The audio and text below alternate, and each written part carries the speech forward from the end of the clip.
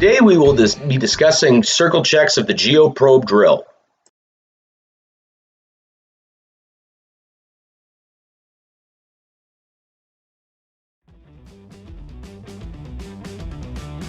A circle check is a quick inspection done at the beginning of the day to ensure that the machine is in proper, safe working order.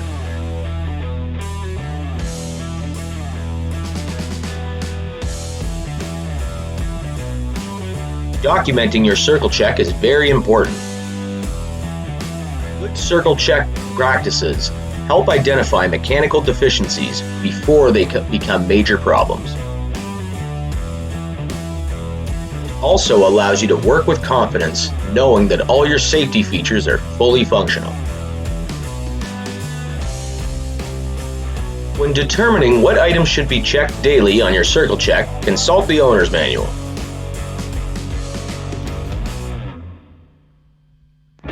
Using a checklist is a great way to stay consistent and be thorough.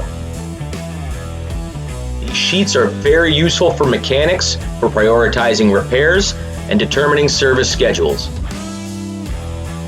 So let's follow down the inspection checklist and do a circle check on our Geoprobe drill. First, we record the hours on the machine. Collecting the hours helps determine when the next oil change and general services are needed. The hour meter, or tachometer, is located underneath the control panel. It is most easily read when the tower is down. First, we check our fuel level. It is important to never run a diesel engine empty.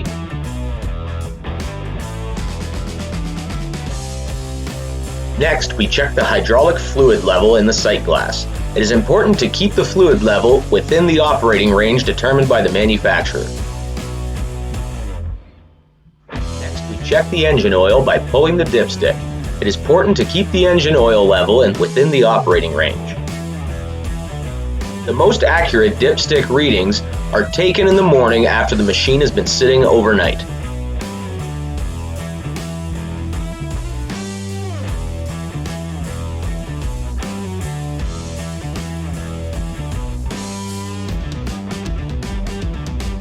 Next, we check our coolant reservoir. It is important to keep this within the operating range. Never, ever, ever open the rad on a hot engine. It is best to look directly in your rad after the machine has cooled down overnight. Since our rotary head is seldom used on our Geoprobe, it is not necessary to check the gear oil every day, but it should be checked before operation. The final drives, which propel the tracks of the machine, are not usually checked daily, rather than at set hourly intervals. On our inspection sheet, we have noted the type of fluids required for each item. This is very useful to drillers in the field. A quick check over the hydraulic hoses is useful to determine if any are becoming fatigued or damaged and require replacement.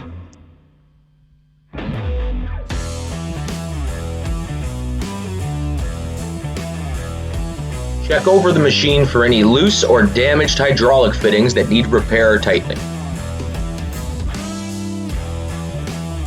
Since we use our GH hammer very frequently, it's best to check its hoses and fittings daily to ensure they are tight and not in need of repair.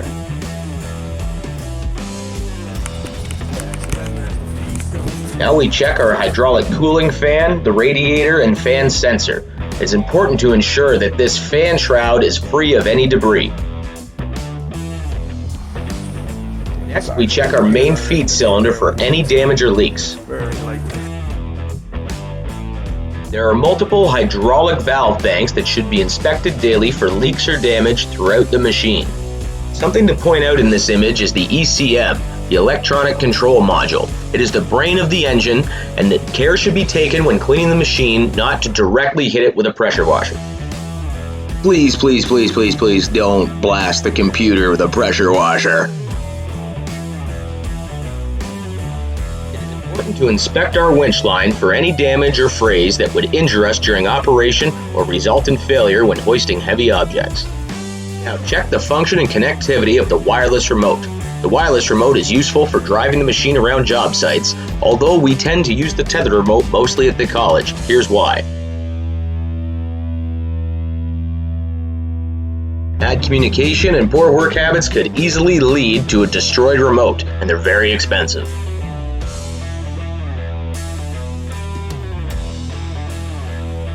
Check the tethered remote for proper and safe operation.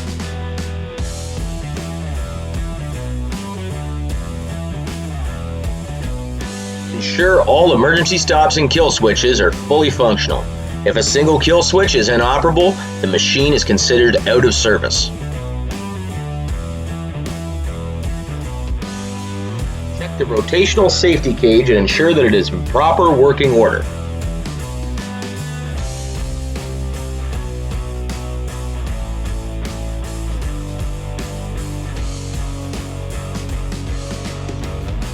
Ensure all gauges are operational and accurate. You should check your winch mast sheaves daily. Those are the round pulleys at the top of the mast. It is best to do this when the rig is taken down. Test and ensure the extruder is fully functional.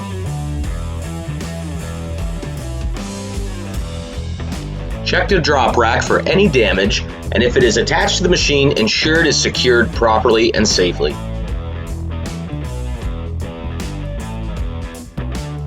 Check the locking side rack for any damage. Something to point out is to not forget to secure and lock this when tramming. You don't want to scrape this down the side of a building. Check the condition and the tension of the tracks before any tramming. Ensure your fire extinguisher is charged and within its expiry date.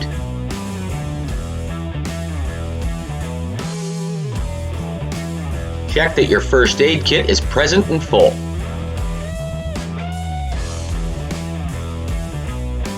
It's good to keep your rig overall as clean as possible. Although they come into dirty environments, the advantages of a clean machine are great. It's far easier to locate and repair leaks and other mechanical deficiencies on a clean machine. We have now completed our pre-start inspection and we are good to fire the machine up. Once we fire the machine up, we will quickly test the strobe light for tramming, the emergency shutdowns, ensure the controller is responsive and working properly, and test the blade for picking up the drop rack.